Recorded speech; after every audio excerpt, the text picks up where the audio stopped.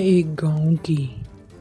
चांदपुर गांव। जून का आखिरी दिन और मानसून की पहली शाम। बादल गरज रहे थे, हवा में नमी भरी हुई थी। गांव के बच्चे तालाब के पास खेल रहे थे जब अचानक बिजली चमकी और एक जोरदार धमाके के साथ लाइट चली गई। कोई एक नौजवान लड़का। ओहो, फिर से लाइट चली गई। अब तो ये रोज का किस्सा हो गया है। रीना, एक समझदार लड़की। मुझे ना ये मौसम बड़ा अजीब लगता है। माँ कहती थी जून के आखिरी दिनों में जब हवाएं रुक जाएं तो कुछ अनहोनी जरूर होती है। कवि हंसते हुए बोला। ओ बाबा, तुम तो डरपोक हो। चलो बाबा हाइरिज के पास चलते हैं, वो कहानी सुनाएंगे तो डर भाग जाएगा। हरिदित बाबा एक पुरइसरार बुजुर्ग, जिनकी कहानियां सुनने गांव वाले बेताब रहते थे। आंखों में एक चमक, जैसे माजी के हर साए से वाकिफ हों। हरिदित मुस्कुरा कर बोले, तो बच्चों, आज तुम्हें एक ऐसी कहानी सुनाऊंगा जिसे सुनकर नींद नहीं, सिर्फ सवाल ही आएंगे। ये बात है आज से 23 साल पुरानी। मैं शहर से वापस आ रहा था। शाम ढलने लगी थी और आसमान पर काले बादल छा गए। एक सुनसान सड़क पर मेरी साइकिल पंक्चर हो गई। बारिश शुरू हो गई और मैं एक पुराने बंगले की तरफ भागा जो सड़क से थोड़ा हटके था। दरवाजा खुला।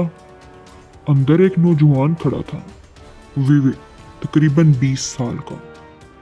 आंखों में एक संजीदा सा सुकून, और मुझे बोला, भीगते ही रहेंगे तो बीमार हो जाएंगे। अंदर आ जाइए बाबा जी। बंगले के अंदर नमी और पुरानी लकड़ी की महक। दीवार पर एक पुरानी तस्वीर जिसमें 3 लोग थे, विवेक, उसका बाप और एक लड़की जिसका चेहरा मिटाया गया था। मैंने पूछा, ये तस्वीर अधूरी क्यों है? विवेक ने जवाब दिया, क्योंकि जो चला गया उसका चेहरा याद नहीं रखते। इसी लम्हे एक औरत कमरे में आई, मुकम्मल सुर्ख साड़ी। उसने कुछ बोला जो मुझे समझ नहीं आया और चुपचाप चली गई। रात गहरी हो चुकी थी। मैं बिस्तर पर था, लेकिन नींद जैसे रूठ गई हूँ।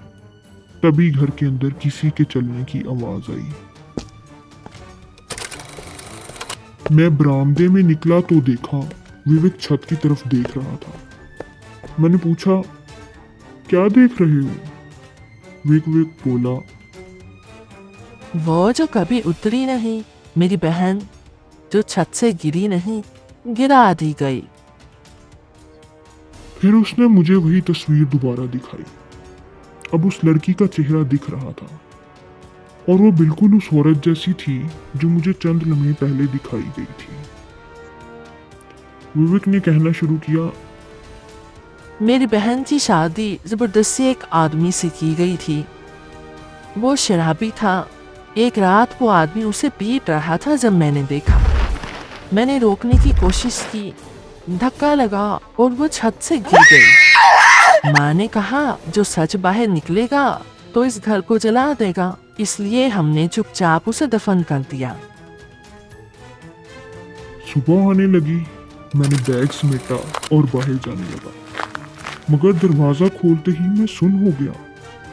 बाहर कोई रास्ता ही ना था, सिर्फ जंगल। मैंने विवेक को आवाज दी, विवेक, विवेक, लेकिन कोई जवाब नहीं मिला। इसी वक्त वही औरत फिर आई। उसका नकाब उतरा, चेहरा जला हुआ, आंखों से खून, होंठों पर जहर। उसने हाथ बढ़ाया और धीमी आवाज में कहा, तुमने कहानी सुन ली है, अब ये अधूरी नहीं रही। मैं चीख कर गिर पड़ा। जब होश आया तो खुद को एक कच्ची सड़क पर पाया। वो बंगला कहीं नहीं था, सिर्फ एक बोर्ड पड़ा था जिस पर लिखा था, यहाँ प्रवेश वर्जित है, हत्या सथल।